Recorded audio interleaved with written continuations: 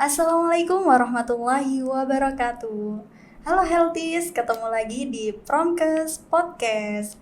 Nah, pada episode kali ini saya Sally Anggreni sebagai mahasiswa aktif di jurusan Promosi Kesehatan Poltekkes Kemenkes Malang. Di episode kali ini kedatangan narasumber yang Masya Allah keren, cantik, smart, dan Masya berprestasi. Allah. Nah, beliau ini merupakan alumni jebolan dari prodi kami, Promkes Polkesma. Beliau sudah bekerja di Rumah Sakit Saiful Anwar Kota Malang. Dan siapa lagi kalau bukan Kak Evelyn. Halo semuanya. Ya, gimana Kak kabarnya? Alhamdulillah sehat. Mbak Sally kabarnya gimana? Alhamdulillah sehat juga. Sehat Kak. juga ya. Oke. Sekarang kesibukannya Kak Evelyn apa aja ya? Oke, ngomong-ngomong tentang kesibukan nih ya, setelah lulus kuliah dari Poltekkes Kemenkes Malang, saya bekerja di RSUD Dr. Saiful Anwar, Provinsi Jawa Timur. Mulai bulan Oktober terhitungnya ya, karena saya wisudanya itu bulan September, 17 September lebih tepatnya, tanggal 19-nya sudah alhamdulillah pengumuman lolos gitu dari BKD Jatim. Lalu untuk kerjanya sendiri sudah mulai terhitung masa aktifnya dari bulan Oktober 2022. Nah itu untuk kegiatan saya Senin sampai Jumat mungkin ya. Kalau untuk weekend biasanya saya itu ada side job di luar rumah sakit gitu. Iya. Berarti terhitung masih fresh graduate ya Kak ya? Lumayan Masya Allah mungkin ya, langsung keterima kerja ya. Iya. Nah langsung saja kita langsung masuk ke sharing jenjang karir di Promkes nih Kak. Nah untuk pertanyaan yang pertama nih Kak, bagaimana jenjang karir atau peluang kerja promosi kesehatan Kak? Oke, ngomong-ngomong tentang jenjang karir kuliah di promosi kesehatan ya, seperti yang kita ketahui bersama, promosi kesehatan di Indonesia itu terbilang masih sedikit dibandingkan dengan lulusan yang lainnya seperti perawat, gizi, mungkin bidan dan lain sebagainya. Itu bisa membuat peluang kita itu semakin besar untuk menunjukkan apa sih promosi kesehatan itu, entah itu dari ke rumah sakitnya sendiri atau ke puskesmas, BKKBN, terus dari dinas kesehatan juga bisa. Jadi memang di beberapa instansi pemerintah, terutama yang kesehatan itu masih sangat membutuhkan tenaga dari promotor kesehatan itu sendiri. Dan itu tentunya sangat bagus, peluang yang besar untuk teman-teman dan adik-adik semuanya untuk masuk di prodi promosi kesehatan. Ya berarti bukan hanya di puskesmas atau rumah sakit aja ya Kak? Bukan hanya itu, karena memang prospek kerjanya itu sangat luas gitu ya. Di Indonesia juga dibutuhkannya itu tenaganya banyak sekali karena baru ada lulusan di Poltekkes Kemenkes Malang sendiri cuma 2 angkatan ya, masih 2 angkatan ya. Angkatan atas saya dan saya gitu ya. Oke. Ini suatu kesempatan yang luar biasa buat teman-teman semuanya memang. Nah, lanjut pertanyaan yang kedua. Pertanyaannya adalah tantangan apa saja yang akan dihadapi oleh seorang promotor kesehatan pada saat memasuki dunia kerja Kak? Ini pasti kan baru gitu ya, pasti kayak ada shock culture gitu bahasanya anak muda sekarang ya. Oke, betul sekali. Mungkin karena kita di sini dari berbagai daerah juga terutama ya di Poltekkes mungkin ya. Kalau pengalaman saya waktu PKL belum sempat PKL karena waktu itu tertunda dengan COVID gitu tapi sempat mengambil data 1 minggu di Tulungagung waktu itu. Ada beberapa daerah itu memang yang kita itu mengharuskan bisa bahasa Jawa gitu, bisa berbahasa daerah lebih tepatnya ya, karena di Poltekkes Kemenkes Malang kebetulan di Malang dan bahasanya adalah Jawa. Nah kalau nanti kita setelah lulus dari Polkesma ini kita bekerja di luar Jawa, itu salah satu tantangan yang harus memang kita pelajari. Yang pertama adalah kemampuan berbahasa daerah, karena ada beberapa lapisan masyarakat yang memang belum bisa berbahasa Indonesia. Jadi memang kita sebelum melakukan program kita itu harus mengkaji dulu kebutuhan dari wilayah tersebut. Semisal dari segi bahasanya atau dari kebiasaannya, budayanya seperti apa. Itu kita gali dulu baru kita bisa membuat program yang sesuai dengan media yang tepat. Seperti Iya, itu. benar-benar banget Kak. Kalau bahasanya belum bisa, gimana kita mau menjalankan Betul, programnya ya Kak kayak ya? gitu. Jadi memang pertama itu bahasa. Iya. Nah, untuk tantangan yang kedua adalah bagaimana sih cara kita itu mengadvokasi pimpinan kayak Oh, gitu. iya, iya. Nah, karena kan kita sudah dapat teori ya, Iya. teori yang dari dosen-dosen kita itu Masya seperti Allah ya. apa gitu ya. Nah, untuk belajarnya advokasi kesehatan sendiri itu memang harus di lapangan. Oh iya, Gitu. iya benar. Kalau Jadi, cuma teorinya aja belum masuk ya Kak? kurang sebenarnya, bukan belum masuk tapi kurang. Kurang. Karena setiap pemimpin itu sifatnya berbeda-beda gitu. Ada yang memang kepingin untuk oh ini loh kegiatan kita memang ditunjukkan selalu, atau memang pemimpin yang ya sudah pasrah ke kita mau jalan tentang intinya laporannya saja ke beliau. Jadi memang cara kita itu harus bisa pinter-pinter kita untuk mengadvokasi pimpinan. Iya. Nah, semisal pimpinannya itu kelihatannya itu sangat perfeksionis Iya. misalnya. Berarti gimana cara kita mendekatkannya? Kita bisa mendekatkan secara psikologis terlebih dahulu. Contoh saja ya, ini semisal pemimpinnya itu adalah beliau itu seorang influencer Oh, iya, atau iya, selebgram gitu. Oh, berarti influencer dan selebgram ini sukanya tentang apa? Tentang Iya. make up, tentang brand-brand lainnya, atau tentang yang hal-hal yang mengandung fashionable gitu kan. Oke, kita tahulah hal-hal yang seperti fashionable, kita pelajari dulu, kita ajak omong pertama beliau itu tentang hal yang kesukaannya, yang menjadi hobinya. Itu.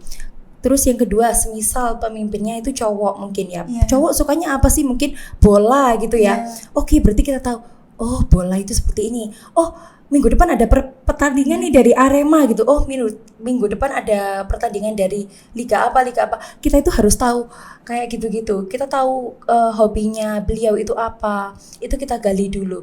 Itu namanya pendekatan secara psikologi dulu, baru nanti kalau kita sudah klik dengan beliau, kita bisa mendapatkan hal-hal yang positif dari beliau. Itu bisa memudahkan kita juga untuk melakukan program promosi kesehatan seperti itu. Iya, jadi harus pendekatan dulu sama beliaunya ya. Betul. Iya. Nah, masuk pertanyaan yang ketiga, kalau di dunia kerja pasti ada suka dukanya nih ya Kak. Oke, pasti itu. Suka duka di Promkes ini apa sih Kak ya? Oke, untuk suka duka alhamdulillah lebih banyak sukanya Iya, ya. Masya Mungkin Allah karena ya. saya kuliahnya di promosi kesehatan sendiri, terus kerjanya juga linear ya Iya. di PKRS. Jadi untuk ilmu-ilmu yang mendasar sudah tahu gitu ya. Tinggal nanti penerapannya itu disesuaikan aja dengan kondisinya. Semisal ada peraturan-peraturan yang berlaku di sana. Bolehnya itu yang seperti ini kalau melakukan program. Terus untuk menjalin kemitraan itu kira-kira kalau dengan komunitas yang seperti ini kita cocok gak sih dilakukan di tempat kerja kita kayak gitu. Dan kita tentunya kan kalau berdasarkan Menteri Kesehatan nomor 44 tahun 2018 tentang penyelenggaraan PKRS, nah di situ sudah dijelaskan ya, kita itu harus melakukan edukasi itu kepada 5 sasaran ya. Iya. Yang pertama pasien, terus keluarga pasien, SDM RS, masyarakat sekitar RS, dan juga pengunjung rumah sakit kayak gitu. Nah itu kita cari dulu kebutuhannya itu mereka apa dari per masing-masing sasaran itu sendiri. Terus setelah itu, kita lihat kayak kita membuat program seperti ini tuh bisa nggak sih sebenarnya dilakukan, cocok nggak sih dengan peraturan yang ada. Mungkin itu challenge tersendiri gitu ya buat kita sebagai promotor kesehatan untuk memberdayakan masyarakat yang ada di sekitar kita gitu ya. Kayak gitu sih. Untuk sukanya sih lebih banyak ya, kita bisa dapat relasi yang luas otomatis, karena kita kan kalau menjalin kemitraan itu kita bisa melakukan lintas program dan lintas sektor. Contohnya aja kita bisa menjalin kemitraan dengan Dinas Kesehatan Kota Malang, atau dengan BKKBN, atau dengan BNN, bahkan Polres Kota Malang seperti itu. Berarti programnya ini meluas ya Kak, nggak Betul cuma sekali. Tenaga kesehatan yang ada di rumah sakit saja ya? Iya, nggak cuma tenaga kesehatan yang ada di rumah sakit. Nah, kalau tenaga kesehatan yang ada di rumah sakit, itu tugas kita sebagai IO-nya, istilahnya seperti itu. Jadi kita yang mengajak dokter, perawat, gizi, bidan, farmasi untuk mendukung semua program yang telah kita buat seperti itu. Jadi kita memang harus bisa memberdayakan masyarakat itu sendiri. Baik, untuk pertanyaan yang keempat nih Kak. Nah, saat kita melakukan pembelajaran di kampus, baik teori maupun praktik yang kita lakukan pada saat PKL ataupun di dunia kerja, apakah akan sama atau malah berbalik dengan yang di tempat kerja, Kak? Oke, untuk seperti yang saya bilang tadi ya, untuk ilmu dari promosi kesehatan, karena memang saya itu 4 tahun kuliah di sini ya, terus kerjanya juga di PKRS, itu kan berarti sudah linier. Nah ini terima kasih banyak buat dosen-dosen saya ya, dosen-dosen promosi kesehatan Polkesma telah memberikan ilmu yang luar biasa, dan itu memang sangat bermanfaat bagi bekal saya di dunia kerja. Seperti itu.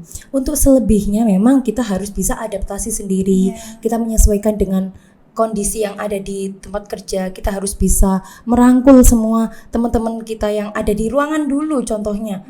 Bagaimana kita bisa melakukan suatu program kalau teman-teman yang di ruangan kita itu belum solid, belum nyatu, belum ada chemistry satu sama lain. Jadi memang harus itu dulu pertama yang kita bangun gitu ya. Berarti berasal dari diri sendiri dulu ya, Kak. Gimana kita merangkul yang ada di sekitar kita gitu. Betul, seperti itu. Jadi kita harus paham sifat dan karakter masing-masing dari teman-teman kita. Karena di dunia kerja itu umurnya banyak yang beda jauh ya dengan kita ya. Mungkin ada yang umurnya itu seperti mama papa kita kayak gitu ya. Nah itu gimana sih caranya kita tahu kesukaannya mereka, hobinya apa, kebiasaan hidupnya seperti apa. Ngomong-ngomong nih tentang kebiasaan, biasanya memang yang usianya sudah jauh di atas kita itu lebih suka diajak ngobrol. Seperti itu, diajak ngobrol tentang mungkin anaknya, tentang hobinya, tentang pekerjaan yang lainnya. Semisal ada nih ibu-ibu yang cerita tentang anakku itu loh sekolah di sini. Nah, berarti dia itu bangga banget sama anaknya. Itu kita bisa tanya-tanya tentang anaknya kayak gitu. Itu beliau itu pasti otomatis akan merasa, oh ternyata aku juga diperhatikan gitu ya. Dari situ dulu sebenarnya kita.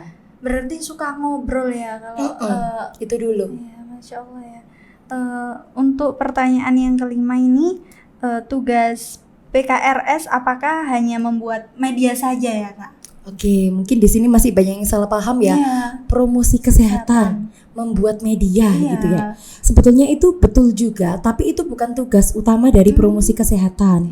Karena tugas utama promosi kesehatan sesuai dengan PMK nomor 44 tahun 2018 tentang penyelenggaraan PKRS ya. Ini kan pedoman kita semua ya, bekal kita kelak nanti ketika kita sudah lulus kuliah dari Polkesma ini. Ada 4 tahapan. Yang pertama pengkajian, yang kedua perencanaan, yang ketiga pelaksanaan, yang keempat monitoring dan juga evaluasi. Tugas pokok kita sebenarnya itu 4 ini.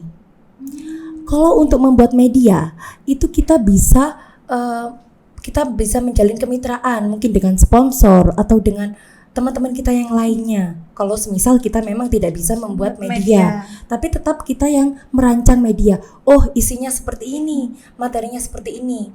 Contohnya saja, kita akan melakukan edukasi dalam rangka memperingati Hari Lansia Sedunia gitu ya. Yang dibutuhkan apa sih medianya yang cocok dan acaranya di mana? Kalau acaranya di luar ruangan, yang sebaiknya medianya itu seperti apa yang pantasnya, yang terlihat dari semua orang itu seperti apa kayak gitu. Untuk tugas utamanya memang bukan media, tapi media ini bisa mendukung program yang telah kita buat supaya program kita bisa tersampaikan dengan baik gitu. Berarti bukan kita yang membuat tapi yang merancang lebih tepatnya. Betul, lebih tepatnya memang kita yang merancang gitu ya, merancang program, merancang media juga gitu ya. Pertanyaan selanjutnya, nah sebagai anak promkes nih Kak, apa saja yang harus dipersiapkan untuk sebelum memasuki dunia kerja? Misalnya ingin masuk di Fasiankes seperti puskesmas, rumah sakit, dinkes, dan seperti apa saja tes masuk kerja sebagai promotor kesehatan Kak? Oke, untuk persiapan pertama ya kita harus menyiapkan mental dulu. Kalau di angkatan saya untuk PKL-nya itu sudah mulai semester 2 dan dari sini itu awal mula saya belajar karakter, belajar di lingkungan kerja. Oh ternyata lingkungan kerja itu jauh berbeda dengan lingkungan sekolah seperti itu, lingkungan kuliah mungkin ya maksudnya. Nah dari situ kita bisa mengambil kesimpulan bahwa Jadi memang kita harus pintar-pintarnya improve di dunia kerja gitu ya. Yang pertama memang mental ya yang disiapkan. Yang kedua materinya. Nah kebetulan kalau dari teman-teman ini masih PKL, itu kita berbuat salah atau mungkin kita nggak tahu, itu langsung aja tanya, langsung minta bimbingan kepada CI-nya atau kepada kepala programnya gitu. Oh ternyata yang betul itu seperti ini. Karena kalau di dunia kerja kita nggak bisa salah lebih tepatnya. Karena kalau kita salah dengan titel kita sudah sebagai pegawai itu sangat terlihat sekali. Apalagi kita membawa nama promosi kesehatan gitu ya. Jadi memang mumpung ini masih PKL, mumpung masih magang, itu gali informasi. Bagaimana sih caranya mendekatkan ke pimpinan gitu ya. Bagaimana caranya merancang program. Kalau ada masalah kesehatan yang ada di suatu wilayah seperti ini, program yang cocok apa sih kira-kira kayak gitu. Nah selanjutnya setelah kita melakukan pengajian itu, oh ternyata cara pelaksanaannya itu seperti ini, monitoring evaluasinya ini untuk kegiatan berikutnya supaya lebih baik lagi kayak gitu. Jadi memang persiapannya mental. Yang kedua itu materinya kita harus bisa gitu ya memang ya. Dan yang ketiga kita itu memang harus improve itu tadi. Nah, salah satu improve-nya bisa kita pelajari dengan mengikuti organisasi yang ada di kampus atau organisasi yang ada di luar kampus. Kan banyak nih organisasi-organisasi. Nah, itu silakan teman-teman bisa pilih sesuai dengan hatinya.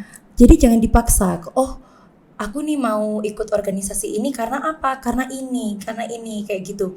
Karena kurang lebih kalau kita mengikuti organisasi, kita nggak sekaget itu dan otomatis kita itu sudah kebiasaan. Oh, ternyata rasanya proposal dicoret-coret pimpinan itu kayak gini ya.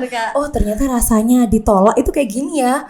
Oh, rasanya ternyata diomongin di belakang sama teman-teman itu kayak gini ya rasanya. Nah, kayak gitu. Dari situ kita belajarnya sebenarnya. Dari pengalaman organisasi gitu. Atau mungkin dari teman-teman semuanya bisa mengikuti volunteer gitu. Jadi biasanya itu di tempat kerja itu kita itu ada volunteer, ada relawan. Oh, pernah nih ikut relawan apa? Relawan contohnya aja seperti relawan gitu ya. Yang pertama ada kayak relawan merah putih atau mungkin kemarin saat Covid ada relawan Covid. Nah, itu kalau kita mengikuti hal-hal yang seperti itu bisa menambah CV kita agar diperhitungkan oleh suatu instansi. Jika kita akan masuk ke instansi tersebut kayak gitu. Jadi contohnya aja ada 10 pendaftar dan semuanya ini adalah lulusan promosi kesehatan atau mungkin dari SKM tapi yang mengambil promkes gitu ya. Semisal dari A, B, C, D, E ini semuanya sama-sama lulusan promkes tapi tidak ada soft skillnya. Jadi semuanya itu sama gitu ya. Nah sedangkan yang anak selanjutnya ini dia itu bisa menyiarkan radio, bisa jadi MC atau mungkin ahli dalam membuat media. Nah itu yang menjadi poin plus tempat kerja untuk menerima teman-teman gitu. Jadi memang kita itu harus mengikuti berbagai kegiatan supaya kita itu punya pengalaman yang bisa kita tambah di CV kita sendiri gitu.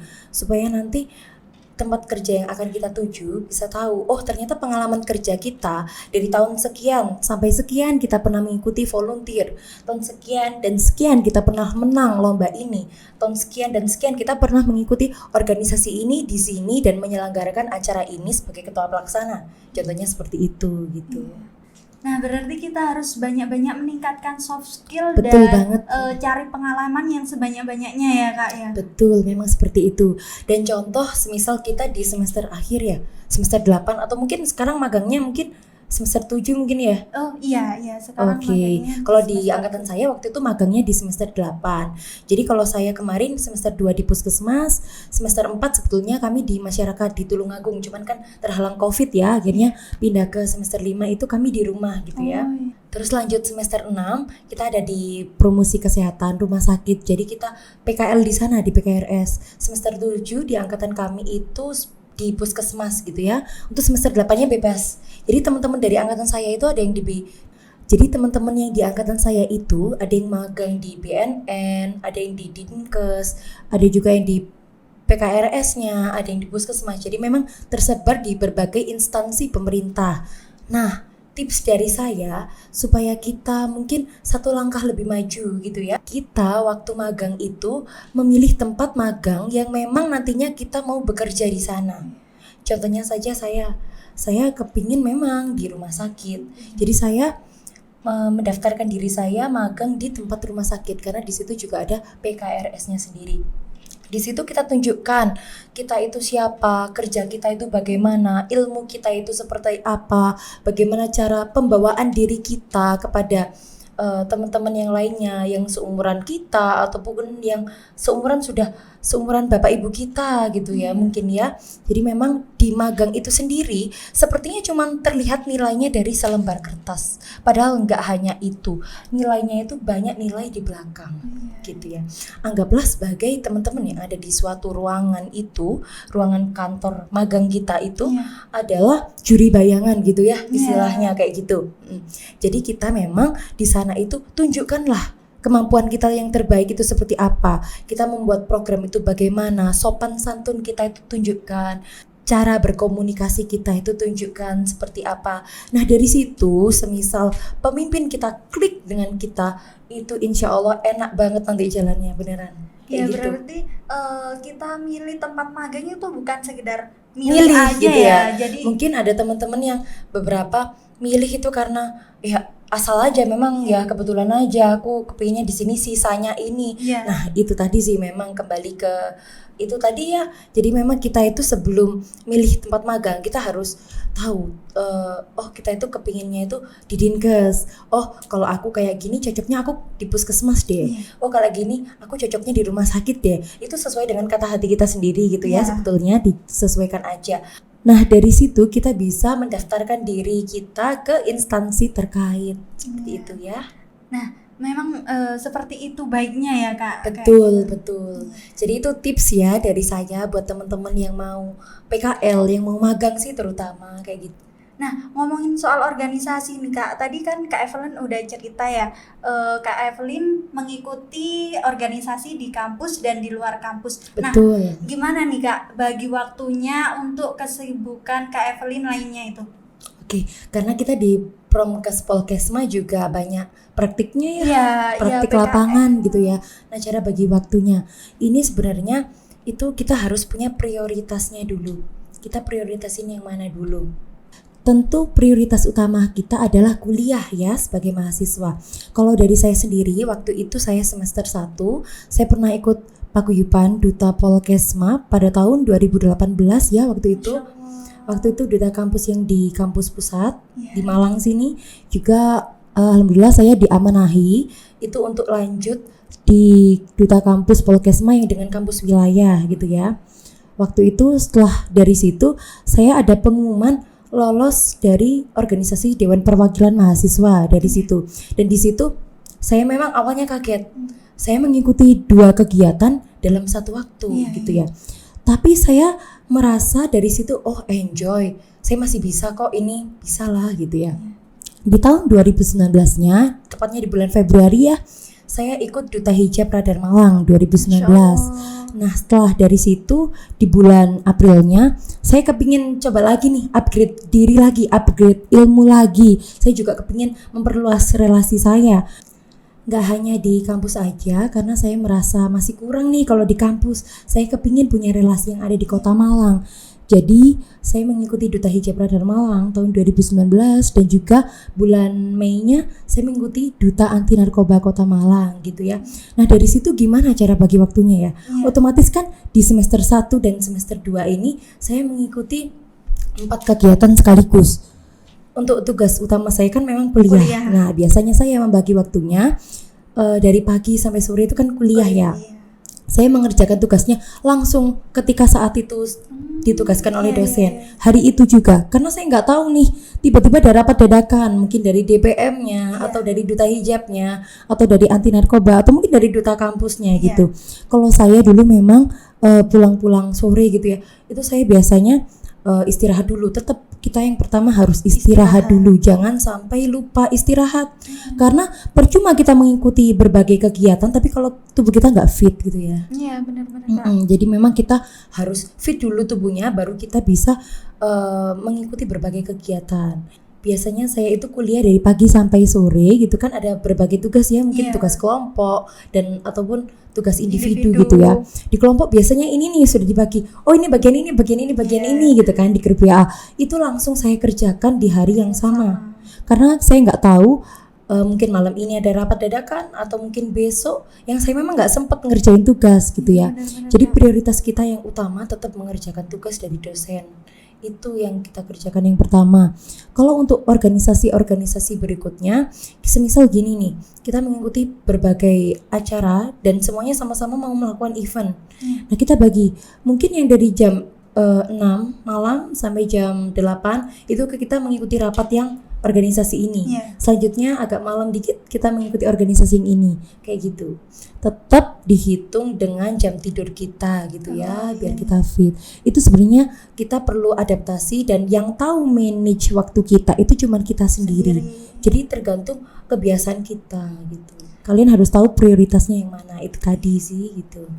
Nah, semisal nih Kak, organisasi kita ini punya acara dan dalam satu waktu berdekatan atau bersamaan dengan jadwal kuliah atau PKL kita nih Kak, gimana itu?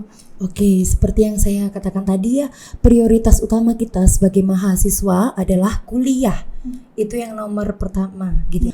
Karena memang kita kalau kuliah itu menyelesaikan kuliah sampai tuntas itu tanggung jawab kita ke orang tua. Sedangkan kalau kita mengikuti berbagai organisasi atau berbagai kegiatan yang ada di luar kuliah, itu tanggung jawab kita ke diri kita sendiri.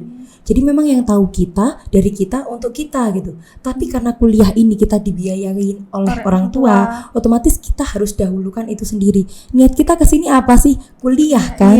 Nah apalagi di Poltekkes Kemenkes Malang ini banyak prakteknya ya 60% ya. Jadi memang kita yang pertama harus prioritaskan kuliah dulu gitu ya. Kalau untuk kegiatan lainnya itu bisa menyusul. Semisal acaranya kita bertepatan dengan rapat gitu, izin aja rapat, atau mungkin bisa menyimak notulennya melalui grup WA. Oh ternyata itu acaranya yang habis dibahas hari ini itu seperti ini dan saya tahu nih, berarti kedepannya saya harus melakukan apa buat acara saya yang di luar kayak gitu. Ya berarti Masya Allah sekali ya Kak Evelyn ini untuk manajemen waktunya ya. Memang kita harus belajar dari sekarang sih, karena di dunia kerja nanti banyak hal-hal yang mungkin belum pernah kita coba gitu ya, di luar dugaan gitu ya. Jadi kita harus siap. Memang kita harus bisa survive gitu ya dari sekarang dengan belajarnya dari organisasi itu sendiri gitu ya. Ya lanjut pertanyaan yang terakhir nih. Oh udah terakhir nih, udah cepet ya. Gak apa-apa dong kalau ada pertanyaan lagi ya. Iya boleh. Nah pertanyaan selanjutnya ini sesuai jenjang karirnya, berapa sih gaji Promkes itu Kak? Oh oke. Ngomong-ngomong tentang gaji mungkin ya agak sensitif ya. Betul sensitif sih sebenarnya ya. Tapi oke lah gak apa-apa, buat gambaran aja. Jadi sebenarnya ngomong-ngomong masalah gaji itu semuanya sama sih. Karena kita itu kan mungkin terbagi dari 3 ya, dari PNS, Blut ini Badan Layanan Umum Daerah, dan juga honorer gitu ya. Jadi di sini itu ada pembagiannya.